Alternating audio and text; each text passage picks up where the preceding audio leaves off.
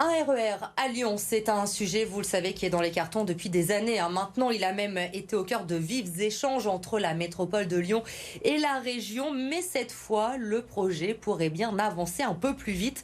Lauriane Pellao, Emmanuel Macron a promis hier des RER dans 10 métropoles françaises. Et ici, plusieurs projets plus ou moins ambitieux seraient déjà pris. Les collectivités auraient notamment planché sur un RER à minima avec le réseau déjà existant, en doublant la cadence des trains et en les faisant fonctionner sur une amplitude horaire plus grande. Des lignes qui relieraient Mâcon et Vienne, Grenoble et Roanne, Ambérieu et Saint-Étienne ou encore Bourg-en-Bresse et Lyon. Alors pourquoi le projet n'avance pas? Déjà parce que c'est un sujet titanesque qui se prépare sur plusieurs années. Il faut dire aussi que la région et la métropole ont peiné à entamer des discussions sérieuses. Aujourd'hui, elles sont enfin en cours, mais reste un point noir et pas des moindres, le financement du projet. Le coût d'un RER à la lyonnaise se situerait entre 1,5 milliard et 7 milliards d'euros. L'annonce du président Emmanuel Macron pourrait donc débloquer la situation. Le président de la métropole de Lyon espère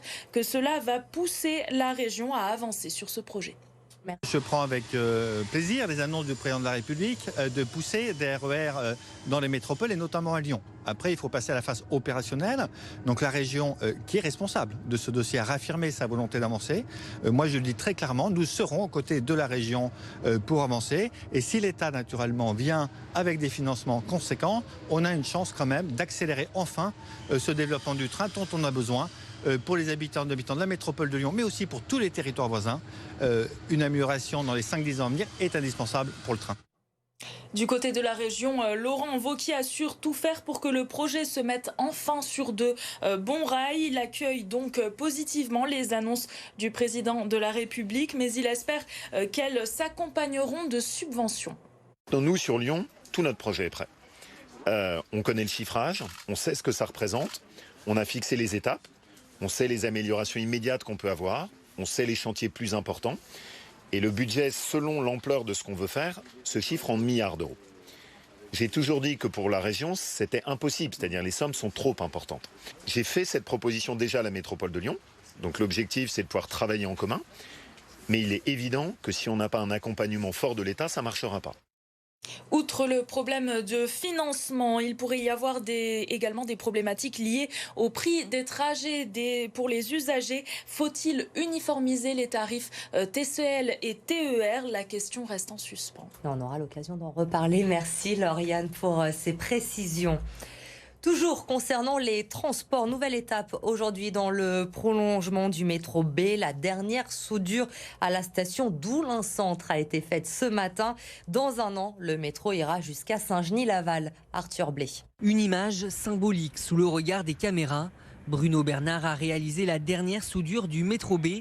2400 mètres de rails en plus et 2 stations pour une ouverture prévue d'ici un an. Là, on va pouvoir augmenter de 50% la capacité du métro B avec la prolongation et l'achat des nouvelles rames. Donc c'est 50% de capacité en plus. Ça va aider tout le secteur à avoir beaucoup plus de solutions de transport puisque le temps de moins de 15 minutes pour faire Saint-Genis-Laval-Pardieu est tellement compétitif qu'on espère pousser beaucoup d'habitantes et d'habitants à rallier le terminus de Saint-Genis-Laval soit en bus, soit en vélo, soit à pied, soit en voiture par le parc relais pour venir prendre le métro. Les travaux avancent à grands pas, la station Oulin-Centre est créée.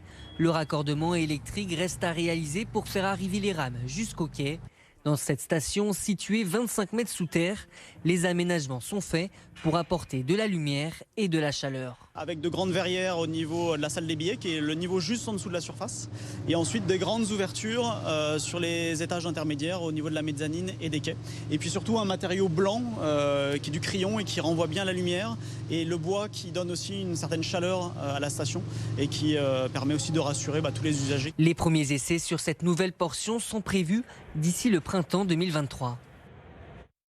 Et lors de cette visite ce matin, Bruno Bernard a confirmé que le prix des abonnements des transports en commun lyonnais allait augmenter, comme chaque année au 1er janvier. Alors pas de montant précis donné pour le moment. Cette hausse sera votée courant décembre, mais le président du Citral assure qu'elle ne suivra pas l'inflation comme c'est le cas en Ile-de-France avec une augmentation de plus de 20% et qu'il maintiendra également le tarif solidaire à 10 € par mois et le tarif étudiant à 25 € par mois. 4 mois de prison avec sursis pour le conducteur de la trottinette qui avait renversé une vieille dame âgée de 96 ans. Souvenez-vous, l'accident avait eu lieu en juillet 2021, place Bellecour. La victime s'était alors retrouvée tétraplégique. Elle est décédée il y a quelques jours seulement, on l'a appris, des suites de ses blessures. Donc avant le rendu de ce jugement, un jugement donc qui a suivi les réquisitions du procureur de la République. Le conducteur de la trottinette a également été condamné à un stage de sensibilisation à la sécurité routière ainsi qu'à une interdiction de conduire tout véhicule terrestre à moteur pendant 6 mois. Les fumeurs lyonnais vont devoir passer leur chemin. Depuis ce matin, il est interdit de fumer aux abords des crèches et des écoles lyonnaises. 350 espaces sont désormais concernés dans le but d'avoir une génération sans tabac d'ici 2030. Eline Dany et Jade Terlinck. Une feuille au bout des doigts, espace sans tabac, qui sera bientôt affichée sur les murs des écoles lyonnaises. En vigueur depuis ce matin, il est désormais interdit de fumer aux abords des établissements scolaires et des crèches. Super, c'est une bonne idée parce que ça incite moins les gamins à vouloir fumer un jour plus tard.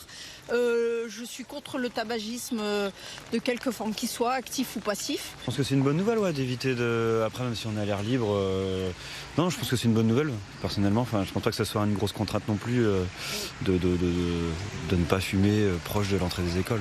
Pour l'instant, aucune sanction n'est prévue pour les fumeurs. Les élus espèrent surtout que les parents, fumeurs ou non, fassent de la pédagogie à ceux qui fument à moins de 50 mètres des écoles. Aujourd'hui, on est là pour faire reculer le tabac de la présence de la proximité des enfants. On est là pour créer une nouvelle norme sociale.